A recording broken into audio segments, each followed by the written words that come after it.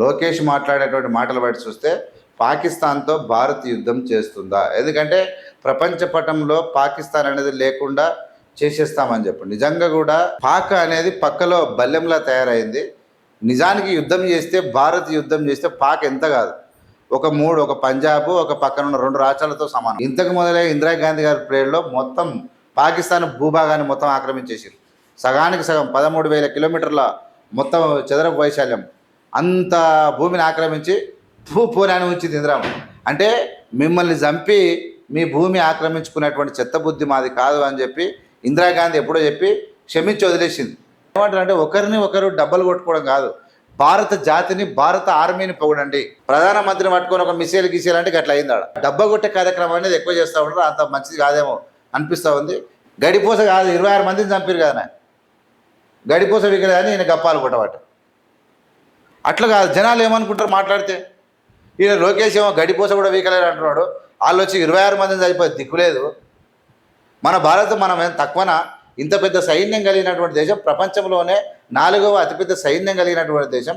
నమో నమః అమరావతి, నమో నమః. వేదికమైన ఉన్న ఆర్కిటెక్ట్ ఆఫ్ మోడర్న్ భారత్ గౌరవ ప్రధానమంత్రి నరేంద్ర మోడీ గారికి, మన పేదల నాయకుడు గౌరవ ముఖ్యమంత్రి చంద్రబాబు నాయుడు గారికి, నా అన్న గౌరవ ఉప ముఖ్యమంత్రి పవన్ అన్నకి, వేదికమైన ఉన్న ఇతర గౌరవ పెద్దలకు, ప్రాణాలు సైతం లెక్క చేయకుండా అమరావతి కోసం పోరాడిన రైతులకు, ప్రజలకు నా హృదయపూర్వక నమస్కారాలు. ముందుగా పహల్గామ్ ఉగ్రవాద దాడిలో చనిపోయిన వారికి నేను నివాళులర్పిస్తున్నా. ఉగ్రవాదుల దాడిలో చనిపోయిన వారి కుటుంబానికి దేశం మొత్తం అండగా నిలబడుతుంది. పాకిస్తాన్ గీత దాటింది, అమాయకుల్ని చంపింది, చాలా పెద్ద తప్పు చేసింది. ఒక్క పాకిస్తాన్ కాదు, 100 పాకిస్తాన్లు వచ్చిన భారతదేశ నేలపై మొలిచిన గట్టి కూడా పీకలేరు. 100 పాకిస్తాన్లకు సమాధానం చెప్పే ఒక్క మిసైల్ మన దగ్గర ఉంది. ఆ మిసైల్ ఏంటో తెలుసా? నమో గౌరవ ప్రధానమంత్రి నరేంద్ర మోడీ గారు. సింహం ముందల ఆటలు ఆడకూడదు, ఆడితే ఏమవుతుంది? మన సింహం నమో కొట్టే దెబ్బకి వరల్డ్ మ్యాప్ లోనే పాకిస్తాన్ అని మిస్సింగ్ రావటం ఖాయం. ఈ రోజు పాకిస్తాన్ ఆర్మీలో పనిచేసేవారు కొంతమంది రాజీనామా చేశారు. లోకేష్ మాట్లాడే మాటలు బట్టి చూస్తే ఖచ్చితంగా పాకిస్తాన్తోనే భారత్ యుద్ధం చేస్తూ ఉందా? లోకేష్ మాట్లాడేటువంటి మాటలు బట్టి చూస్తే పాకిస్తాన్తో భారత్ యుద్ధం చేస్తుందా? ఎందుకంటే ప్రపంచ పటంలో పాకిస్తాన్ అనేది లేకుండా చేసేస్తామని చెప్పు. నిజంగా కూడా పాక్ అనేది పక్కలో బల్లెంలా తయారైంది. నిజానికి యుద్ధం చేస్తే, భారత్ యుద్ధం చేస్తే పాక్ ఎంత కాదు, ఒక పంజాబ్, ఒక పక్కన ఉన్న 2 రాష్ట్రాలతో సమానం. భారతదేశంలో పాకిస్తాన్ మొత్తం కలిసి మన రాష్ట్రంలో 2 రాష్ట్రాలతో సమానం. ఒక్కసారి ఇంతకు మొదలై ఇందిరాగాంధీ గారి ప్రేయర్లో మొత్తం పాకిస్తాన్ భూభాగాన్ని మొత్తం ఆక్రమించేసారు. సగానికి సగం 13,000 కిలోమీటర్ల మొత్తం చదరపు వైశాల్యం అంత భూమిని ఆక్రమించి పూనాన్ని ఉంచింది ఇందిరామ. అంటే మిమ్మల్ని చంపి మీ భూమి ఆక్రమించుకునేటువంటి చెత్త బుద్ధి మాది కాదు అని చెప్పి ఇందిరాగాంధీ ఎప్పుడో చెప్పి క్షమించి వదిలేసింది. ఇవాళ మళ్ళీ ఇదే కార్యక్రమం మొదలు పెడితే భారత్లో ఉన్నటువంటి యుద్ధ సైనికులు, ఎస్సీ, ఎస్టీ, బీసీలు ఎవరైతే పనిచేస్తూ ఉన్నారో వీళ్ళందరూ కలిసి తునాతునకలు చేస్తారు పాకిస్తాన్ని మొత్తం. లేదంటే అర్థమైంది మన భారత్లో కలుపుకోవాల్సి వస్తుంది. అట్లా కొన్ని దేశాలు ఉన్నాయి. ఇప్పుడు ప్రపంచంలో ఉన్నటువంటి దేశాలన్నీ ఒప్పుకుంటాయా, ఒప్పుకోవా, అది ఏం జరుగుతుంది అనేది పక్కన పెట్టు.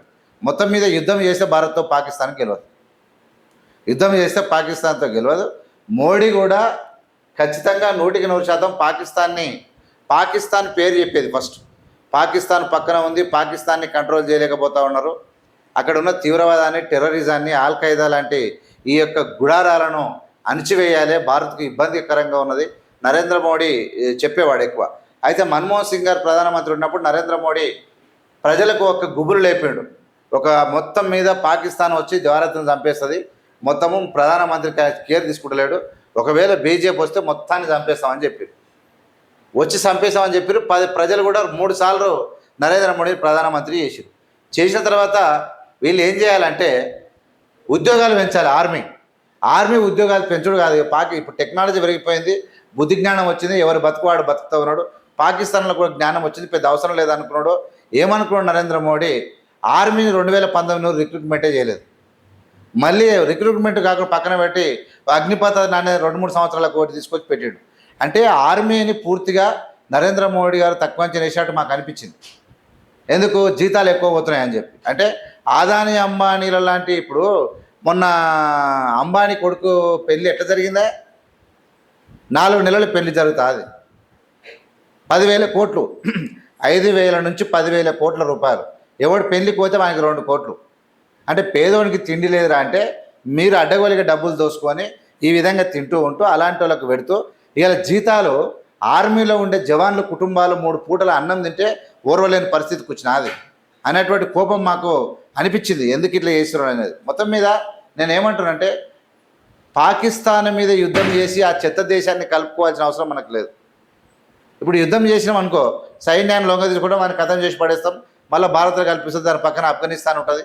ఇవన్నీ తలకాయ నొప్పి, మళ్ళీ బంగ్లాదేశ్ ఇదొకటి అంటే పెద్ద తలకాయ నొప్పి, బర్మాలు గిర్మలు ఇవన్నీ పెద్ద తలకాయ నొప్పి. కాబట్టి భారత్లో గట్టిగా ఉంటే వచ్చినోడిని ఒత్తితే, మొన్న వచ్చిరు 4, 2 జారు మనోళ్ళు పిట్టెలు కాల్చినట్టు కాల్చి పడిస్తే మనం రాపోరు. కానీ అక్కడ మొత్తం నిఘా వైఫల్యంతో, అక్కడ ఇంటెలిజెన్సీ వైఫల్యంతో నరేంద్ర మోడీ కొంచెము కేర్లెస్ విధానంతో ఇలా 26 మంది ప్రాణాలు పోయినాయి. దానికి నేను ఏమంటానంటే ఖచ్చితంగా పాకిస్తాన్ను చిత్తుగా ఓడించడానికి భారత సైన్యం, భారత్లో ఉన్నటువంటి ప్రతి అణువు మేమందరం కూడా ఖచ్చితంగా సహకరిస్తాం. కానీ యుద్ధం అనేటువంటిది ఎట్లుంటుందంటే అప్పట్లేక ఫేస్ టు ఫేస్ కొట్లాడే యుద్ధం కాదు. ఇప్పుడు ఎట్లుంటుంది? దమ్ముంటే ఒకప్పుడు ఒక గేమ్ ఆడినట్టు, ఒక స్పోర్ట్స్ లేదంటే ఒక యుద్ధం ఉండేది. కానీ ఇప్పుడు అట్లా కాదు.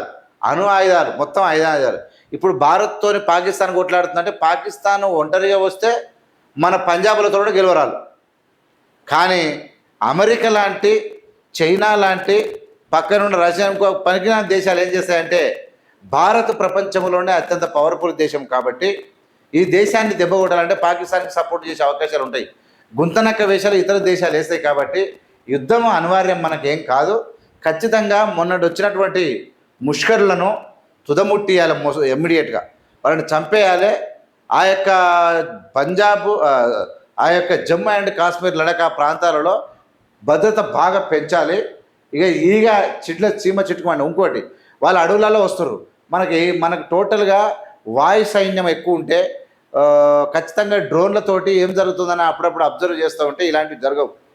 కాబట్టి వాళ్ళు 22 గంటలు 50-60 కిలోమీటర్లు నడిచి వచ్చి ఆ పని చేసిరంటే మనము చాలా తప్పు చేసినాం అనేది అనిపిస్తూ ఉంది. మొత్తం మీద ఈ దేశంలో ఉన్న ప్రతి అణువు భారతదేశాన్ని గెలిపించడానికి పనిచేస్తే ఎవ్వడు కూడా ఇలా సామాన్యుడు గాడి భారతదేశంలో ఉన్నాడు.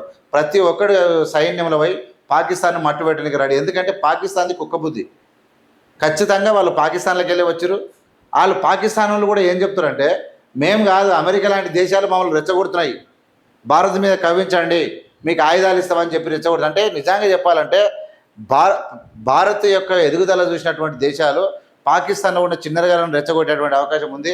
మీరు భారత్ మీద యుద్ధం చేయరు, మీరు వాళ్ళని చంపేసేయరు, మీకు పైసలు ఇస్తామని చెప్పే చిల్లర దేశాలు కూడా ఉంటాయి. కాబట్టి చాలా జాగ్రత్తగా ఉండాలి.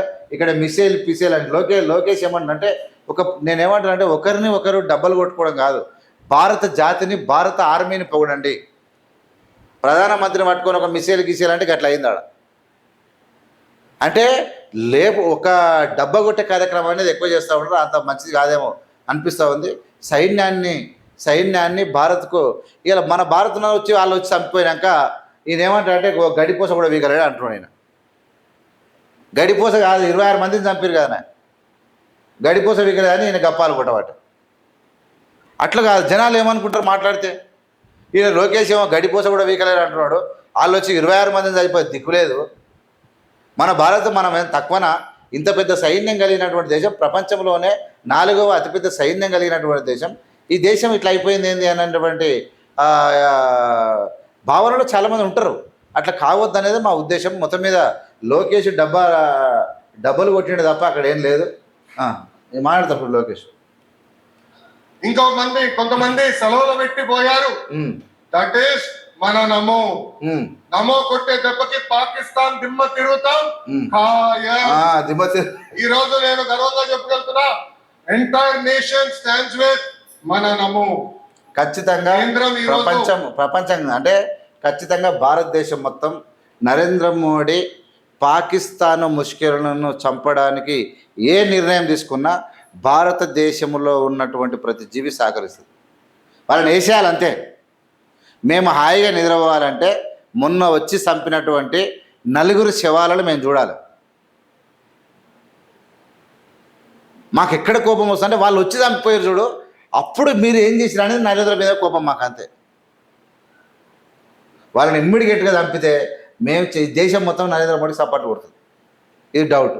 కానీ ఇంతకన్నా ఎక్కువ లేపాల్సిన అవసరం లేదు. ఎక్కువ ప్రధానమంత్రిని ఎక్కువ పోవడం వల్లనే తక్కువ పనులు జరిగినట్టు అనిపిస్తూ ఉన్నది. అంతా లోకేష్ యొక్క అంటే ఎక్కువ పొగిడినట్టు నాకు అనిపించింది కాబట్టి నేను చెప్తా ఉన్నా. ఖచ్చితంగా ఆర్మీకి ఇమ్మీడియట్గా 5 లక్షల ఆర్మీని రిక్రూట్మెంట్ చేయాలి, జీతాలు పెంచాలి, వాళ్ళకి అవేటాలి. వాళ్ళు పాకిస్తాన్ కాదు ఎవరినైనా ఆటాడుకుంటారు మనం. ఇది పరిస్థితి. చూస్తూనే ఉన్నాడు ఏవిఎం మీడియా. లైక్ చేసి, షేర్ చేసి, సబ్స్క్రైబ్ చేసి ప్రజలకు పంపాల్సిందే విజ్ఞప్తి చేస్తాను. Thank you very much.